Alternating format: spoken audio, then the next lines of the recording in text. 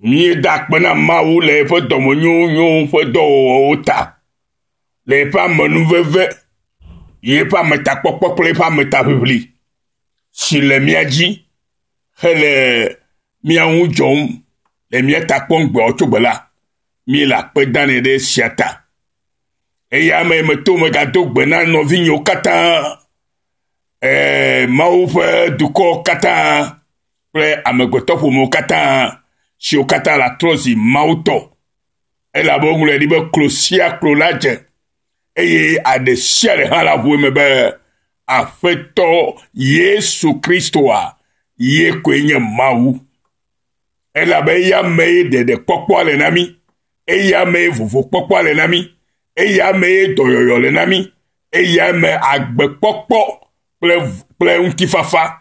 kple enudzedzi na amewo katã le elabe eya amewo wɔ nuwo katã to eya manɔe me la wometɔ wɔ naneke si wɔna o Yesu Kristo Mawu ye wònye ye nye mía klo ƒe xɔnametɔ ye ve mía nu eye wòwɔ mi trɔ zi eƒe dukɔ elabe menye míawoe tie o eya tie míawo ya eye wòtsɔ mi tsɔ wɔ ye tɔ to ye ɖokui tsɔtsɔ na me be egbe la nye klo míatrɔ zi Mawuvi vavawo to yeƒe edɔ si kɔ wɔ na mi la me nɔviwo meda akpe na mía dometɔ ɖe sia ɖe si ke tɔkpɔ ye yi eye mi srɔ̃ nu ye mi nya nu to Mawu ƒe nya me míegale egbe dom na mi keŋkeŋ be mianɔ lãmesẽ me le Aƒetɔ Yesu Kristo ƒe ametakpɔkpɔ la te míedo gbe na mi keŋ sia ke egbe la míagayi ɖe Mawu ƒe nyawo dzi elabe dɔdasie mi xɔ eye edze be míawɔe nyui ɖe hã bena mía dometɔ ɖe sia ɖe nakpɔ xɔxɔ nakpɔ ɖeɖe natrɔ zi ame dzɔdzɔe ke ŋu nuvɔ megale kpɔ gbe ɖe o elabe Yesu Kristo wɔ dɔa eye wòwu nu zi ɖeka xɔ hena ɣeyiɣiwo katã edze be nye kplo míaxɔe dzi se ko eye woawɔ mi ame ke yiwo be míanye na ye le Yesu Kristo ƒe ŋkɔa me ye kafu yim megblɔ le gbɔgblɔ be na míagayi ɖe enuwo me kuku me ne gɔmesese nasu mía si nyui ɖe ale bena míanye ame si ke tutu Mawu di be míanye ale be ne míedo go ye mi kpe ta ye mi ƒoƒu ye mi yɔe la ne wòatem tɔ na mi enumake le Yesu ƒe ŋkɔa me Aleluya mi ɖo la nye eye adze ase egɔme azɔ bena Kristo tɔ vava megate ŋu wɔa nuvɔ o mi ɖo la nye eye ase egɔme azɔ bena Kristo tɔ vava magate ŋu anye nuvɔ wɔla o elabena nyateƒe si nye Aƒetɔ Mawu ƒe ŋusẽ la nɔa eme eye magate ŋu awɔ enuvɔ o mi ɖo la nye eye ase egɔme azɔ bena ɖe Kristo tɔ vava magate ŋu anye nuvɔ wɔla o elabena nyateƒe si nye Aƒetɔ Mawu ƒe ŋusẽ nɔa eme eye magate ŋu awɔ enuvɔ o alo nuvɔ agaɖu edzi o Aleluya nɔvi lɔlɔtɔwo mi le nya ma sema eye wònye nya si ke nye klo mía asrɔ̃ egbea ale be míagate ŋu akpɔ Mawu ƒe nyateƒe si ke nye nyati dzɔdzɔea ke nye dɔ si ke Mawu wɔ na mi be nye klo míatrɔ zi vovovi vavawo elabena exɔ nyateƒe ƒe sidzedze la megaxɔ nyateƒe ƒe sidzedze la o ame siwo katã trɔ zi Kristo tɔ vava la megate ŋu wɔa nuvɔ o elabena nyateƒe si nye Aƒetɔ Mawu ƒe ŋusẽ nɔa eme eye magate ŋu awɔ nuvɔ o elabena exɔ nyateƒe la ƒe esidzedze la elabena enɔ Yesu ƒe kekeli la me elabena wokle ɖe eme eye wòɖɔ dziƒo nunana kpɔ eye wòzu gbɔgbɔ kɔkɔe ƒe egomekpɔla eye wòɖɔ Mawu ƒe nyanyui kple xexeme si le vava ge ƒe ŋusẽ kpɔ. Nenye be etɔ ɖɔ yawo katã kpɔ alo eyawo katã le me abe le si ke me ɣli fifi ne la ke enye kristotɔ vava ke magate ŋu awɔ nu vɔ o elabena enyateƒea ƒe si dzedze la ele me o yeta me gblɔ be elabena exɔ nyateƒea ƒe esi dzedze eya ta magawɔ nu vɔ o elabena enɔ Yesu ƒe kekeli la me elabena wokle ɖe eme o eye eɖɔ dziƒo ƒe nunana kpɔ eye ezu gbɔgbɔ kɔkɔe ƒe egomekpɔla eye eɖɔ Mawu ƒe nyanyui la kple xexeme si le vava ge le ƒe ŋusẽwo kpɔ. Ne nu siwo katã le me o la ke etrɔ zi kristotɔ vava elabena mitrɔ le Hebritɔwo ƒe agbalẽta me wo kpukpui blaade kple Hebritɔwo ƒe agbalẽta me ade kpukpui 4 kple ame 10 tsɔ yi ɖe ame 10 me la wogblɔ na mi le ebe elabena ne miexɔ nyateƒe ƒe si dzedze la hafi bua wɔa nu vɔ la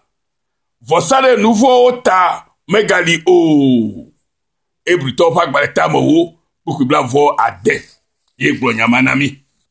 nɔvinye ele gɔme sema eya ta gblɔ be elabena ame siwo me wokle ɖo kpɔ eye woɖɔ dziƒo ƒe nunana kpɔ eye wozu gbɔgbɔ kɔkɔe ƒe gomekpɔlawo eye woɖɔ Mawu ƒe nyanyui kple xexe si le vavage ƒe ŋusẽ kpɔ eye wogade megbe la ese na wo bena woagawɔ wo yeye hena dzimetɔtrɔ le esime wokla Mawu vi la ɖe atitsoga ŋu na wo ɖokuiwo eye wòna wodo ŋukpe la ta. Hebritɔwo ƒe agbalẽta ame 10 kpukpui ame 4 hei ɖe ame 10 me. Me xexe sia me na mi be miaɣli Hebritɔwo ƒe agbalẽta me wo kpukpui 20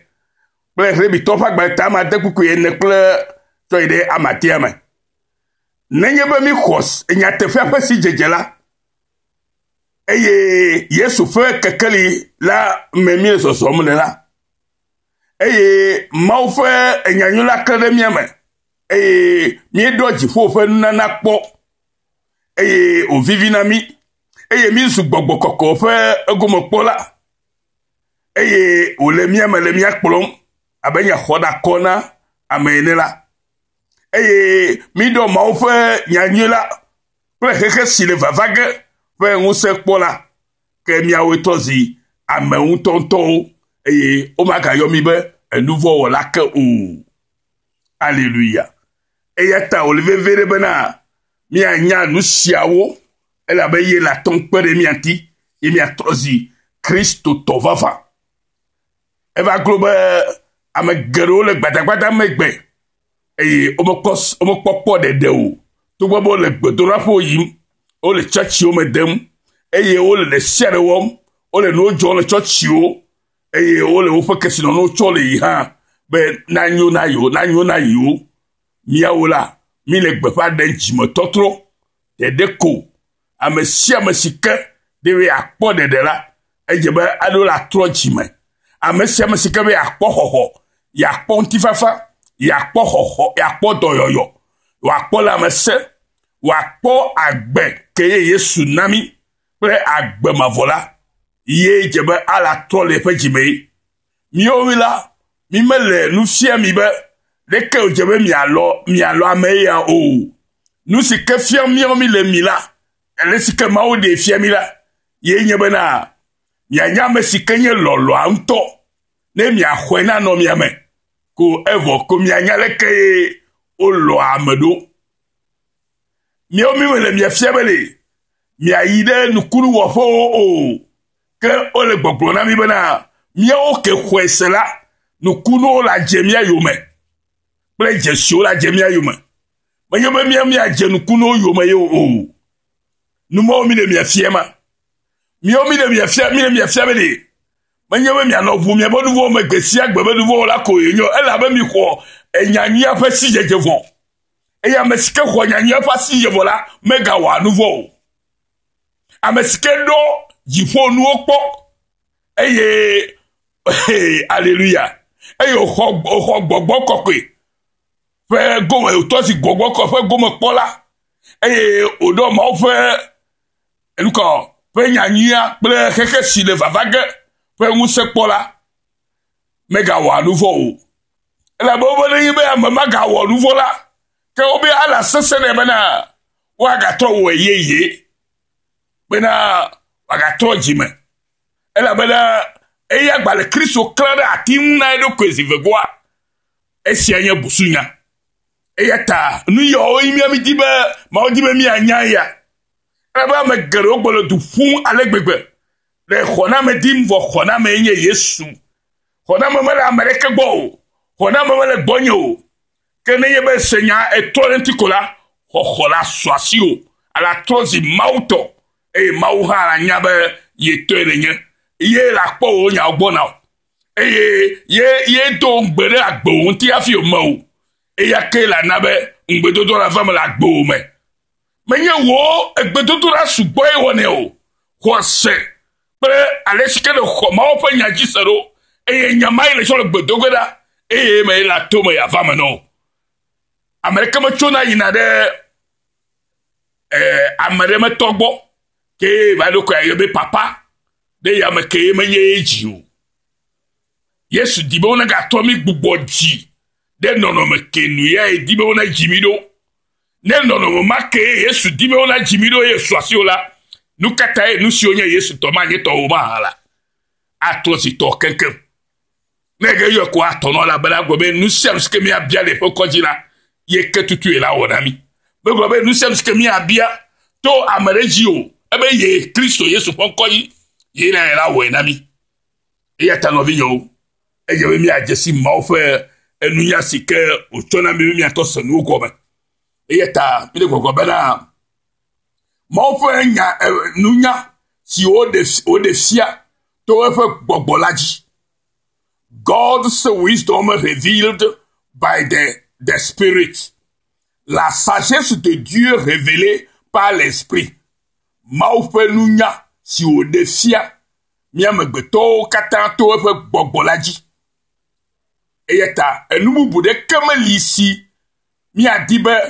mi anyawu Yesu si o klade aticho gaunla o. Nubu buade kemelede novinye. Si kemi agadibe mi anyawu